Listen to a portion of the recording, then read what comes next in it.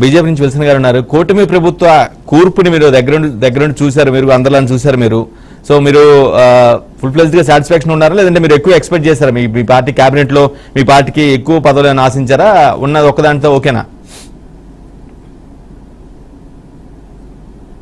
Wilson గారు మీరు mute లో ఉన్నారు, చెక్ చేసుకోండి ఒకసారి. సార్ గుడ్ ఈవినింగ్ అండి. మీకు ప్యానల్ లో ఉన్న పెద్దలు మిత్రులందరికీ నమస్కారం. అంటే యాక్చువల్ గా మా పార్టీ నుంచి ఇంకొక ఇద్దరికి అవకాశం వస్తుందని మేము ఎదురు చూసాం. అంటే ఇక పార్టీ నిర్ణయం తర్వాత ఎవరైతే ఈ రాష్ట్రాన్ని లీడ్ చేస్తున్నారో చంద్రబాబు నాయుడు గారు, ఆయన నిర్ణయం వీటన్నిటి దృష్టిలో పెట్టుకుని మేము మౌనం వహిస్తున్నాం.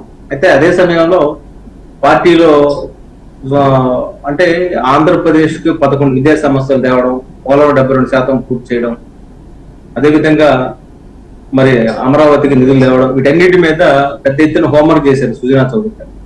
తర్వాత మొట్టమొదటిసారిగా వెస్ట్ నుంచి కూడా దాదాపు 50,000 ఓట్లతో ఆయన గెలిచాడు. హిస్టరీ. ఆయనకి మంత్రి పదవి రావాలని పార్టీలకు అతీతంగా ఆంధ్రప్రదేశ్ ప్రేమించే వాళ్ళందరూ కోరుతున్నారు.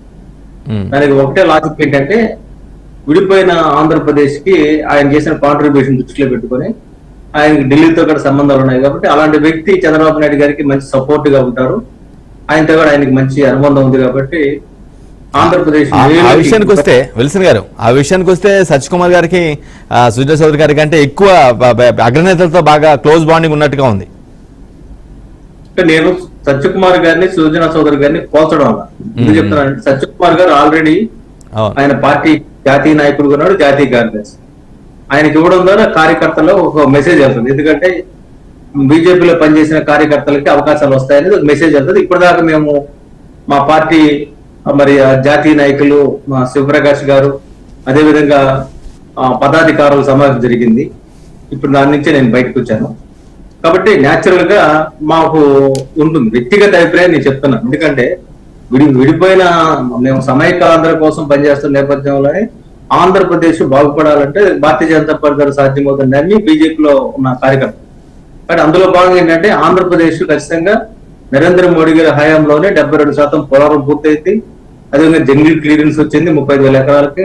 అదేవిధంగా 4 ఇండస్ట్రియల్ కారిడార్స్ వచ్చాయి, రాజధాని నిధులు వచ్చాయి. ఇవన్నీ కూడా బీజేపీ ప్రభుత్వంలో జరిగాయి. అయితే అవన్నీ రావడం కోసం బ్యాక్ ఎండ్ కానీ ముందుగా ఉండి కానీ అప్పుడు కేంద్ర మంత్రిగా ఉన్న సుజనా చౌదరి గారే హోంవర్క్ చేశారు. ఎస్, ఈ రోజు సుజనా చౌదరి గారికి రావడం అనేది రాష్ట్రంలో ప్రజలందరూ కోరిక. అది కులాలకి మతాలకు అతీతంగా వాళ్ళంతా ఆశించారు. అందులో భాగంగా నేను గడిందంటే ఆయనకి వస్తే బాగుంటుంది అనుకున్నాను. అదే సమయంలో సత్యకుమార్ గారికి ఇవ్వడం ద్వారా ఒక పాజిటివ్ మెసేజ్. ఆయనగా ఢిల్లీతో మంచి సంబంధాలు ఉన్నాయి. ఆయన ప్రధానమంత్రి గారితో, అమిత్ షా గారితో కూడా వ్యక్తిగత సంబంధాలు కూడా బాగున్నాయి. అనేక రాష్ట్రాల్లో ఎన్నికల్లో ఆయన పనిచేసిన పరిస్థితి, జాతీయ రాజకీయాల్లో గుజరాత్ కావచ్చు, లేకపోతే రామన్ డైవీ కావచ్చు, ఇంకా ఉత్తరప్రదేశ్ లాంటి పెద్ద రాష్ట్రంలో ఆయన పనిచేసిన పరిస్థితి ఉంది. ఒక మంచి వర్కహాలిక్ ఆయన. ఒక రకంగా చెప్పాలంటే నడిచే ఎన్సైక్లోపీడియా. మంచి విద్వత్తన్న వ్యక్తి, మంచి రైటర్ ఆయన. అంటే ఆర్టికల్స్ గా రాస్తుంటారు రెగ్యులర్ గా. ఇవన్నీ ఒక ఎత్తు. ఇద్దరుగా ఉంటే మంచి అద్భుతంగా ఉండేది వాళ్ళ కాంబినేషన్. ఎక్కడో అది కొంత మిస్ అయినట్టు కనిపిస్తుంది. బహుశా చంద్రబాబు నాయుడు గారు ఆ మిగిలిపోయిన మంత్రి పదవి ఏదో ఉంది కదా ఒకటి, దాన్ని ఆయన కేటాయిస్తే రాష్ట్రంలో, ఎందుకంటే చంద్రబాబు నాయుడు ఎందుకు కోరుకున్నారు ప్రజలు, జగన్మోహన్ రెడ్డి గారి అరాచకం నుంచి రాష్ట్ర ప్రజల్ని అభివృద్ధి చేయాలని, అభివృద్ధి కావాలని కోరుకున్నారు. అభివృద్ధికి ఆయనకి చౌదరి వాడాడుకుంటాడు కాబట్టి బాబు గారు అదేవిధంగా మా పార్టీ పెద్దలు కూడా ఆలోచించి ఆయనకి అవకాశం కలిగిస్తే బాగుంటుంది. ఎందుకంటే రాష్ట్రాన్ని ప్రేమించే వ్యక్తిగా బాగుంటుంది నా అభిప్రాయం. లేదు మా పార్టీలు ఇంకా ఉన్నారు, ఆదినారాయణ రెడ్డి గారు, అదేవిధంగా రాజు గారు, వీళ్ళంతా ఉన్నారు. ఎవరు కల్పించినా మరొక ఇద్దరికి అవకాశం కల్పిస్తే బాగుంటుంది. వాళ్ళకి మేము దాదాపు 3 పదవుల దాకా ఇచ్చిన పరిస్థితి కాబట్టి అది అడగచ్చు, ఫ్రెండ్లీగా అడగచ్చు, తప్పేది. అదే సమయంలో ఇప్పుడున్న వాటిల్లో కూర్పు చక్కగా చేశారు, యువతకు అవకాశం ఇచ్చారు. ఇందాక కోడిసార్ గారు అన్నట్టు కొద్దిమంది మొదటిసారిగా ఎమ్మెల్యే ఎన్నోళ్ళు కూడా అవకాశం ఇచ్చారు. అదేవిధంగా కులాల వారీగా దామాషా ప్రకారం మాదిగలు కూడా పెద్ద పెట్టేశారు.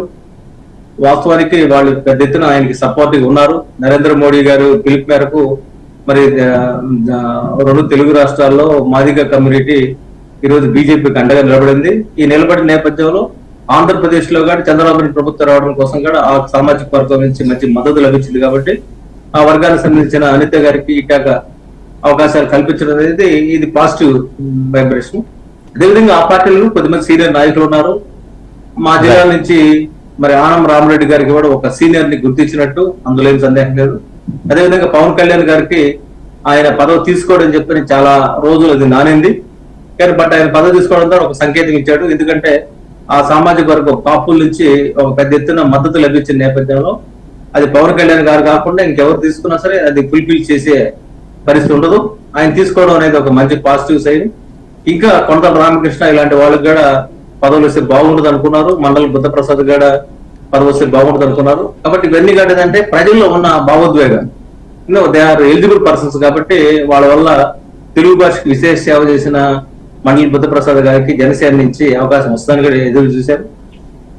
ఇవన్నీ కూడా మేము ఏంటంటే నేను ఒక భారతీయ జనతా పార్టీ కార్యకర్తగా మాత్రమే కాకుండా సామాజిక అంశాలు తెలిసిన వ్యక్తిగా నాకున్న అవగాహన మేరకు ఇవన్నీ చెప్పుకొని వస్తున్నాను.